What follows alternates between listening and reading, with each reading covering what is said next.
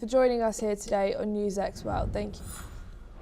Indian Prime Minister Narendra Modi is in Israel for a two-day visit aimed at strengthening trade and defence ties between the two countries. Delivering a speech before the Knesset on Wednesday, the 25th of February, PM Modi spoke of the natural synergy between two countries, particularly in fields such as quantum technologies, semiconductors and artificial intelligence. Moreover, on the October 7th Hamas attack, PM Modi has condemned it as a barbaric terrorist attack, expressing deep sympathy for the lives lost. Modi has also reiterated India's firm support for Israel, while also voicing support for the Gaza peace initiative, stressing that it is important in sustaining the peace-building process in the region. Let's listen now into his statements. For the last few years, India has been the fastest growing major economy in the world. Soon, we will be among the top 3 economies globally.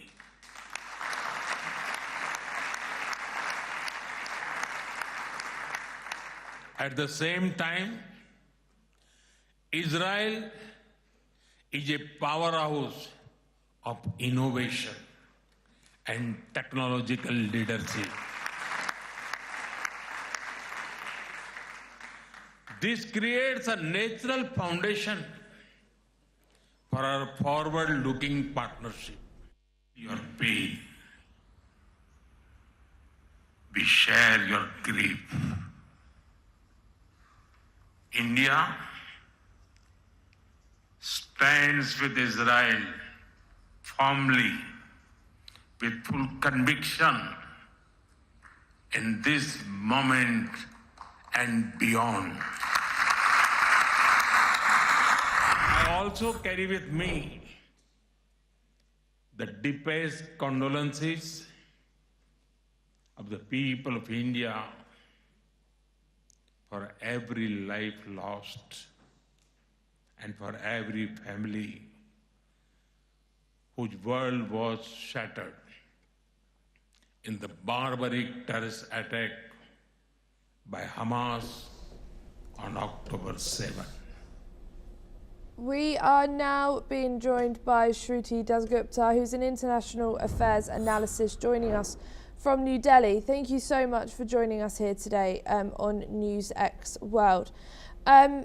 How does Modi's framing of a natural foundation for partnership, linking India's economic growth with Israel's innovation, shape expectations for future bilateral cooperation in defence, technology and trade?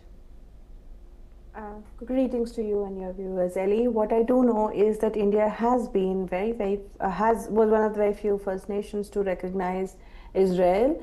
It is also one of the nations that recognizes two-state solution to the entire Gaza, Palestine and Israel question. So we do know how to balance out our diplomacy while recognizing a democracy like Israel. So we've made that very firm and sure, while we have condemned in the harshest of words what has happened on October 7th, and we have supported Israel through its endeavors in trying to get rid of Hamas as a terrorist organization. We have also opposed the annexation of the West Bank entire registration question that is right now concerning the rest of the world. So we do know how to balance out our friendships as well as our relations.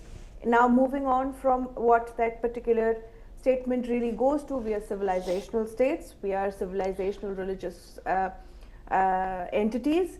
We do happen to be Indians, as in the majority that is the Hindus, as well as Jews and their majority, which is the majority of Israel, happen to have a target painted on our heads by the Islamist groups, the radicals and the fundamentalists, and we as a result share a bonding, these kind of violence, the kind of oppression that these two people face outside their own borders, pushes these two nations together. Now, beyond this, that is the personal connections that Jews and Hindus and Jews and Indians face.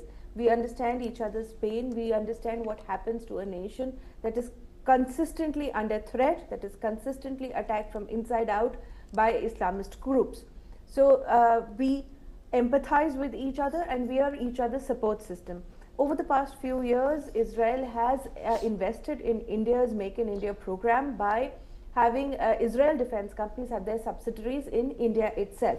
Between 2020 and 2024, the defense cooperation between these two nations increased by 34%.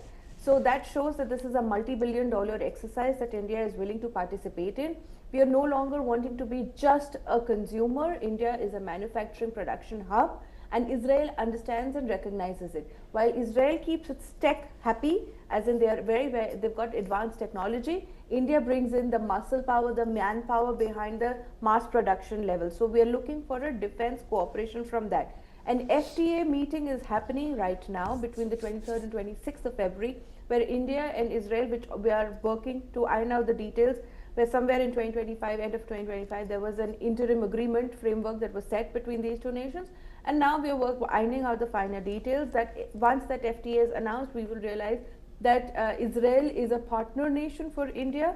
How? Not just in defense tech, we are also using irrigation technology, which Israel has the desalination, the drip irrigation technology that Israel has developed to prosper in a dry land like the Middle East. India is using the very same to support its very large population. So the technology from Israel is being, and Israel is not one of those partners that sells defense technology without actually giving access to technology. There are no locks, there are no keys, there are no special caveats to the use of the technology that Israel hands over to India. So by being co-producers, having trade in the go, by being an important part of India's IMEC plan, which counters China's BRI and Silk Route narrative, helps India and Israel grow together as co-producers, as nations that understand each other's political as well as cultural and religious identities, and as supporters throughout the world. Thank you so much, Shruti, for joining us here today on NewsX World. Thank you. The death toll from heavy rains in Brazil's Minas Gerais state has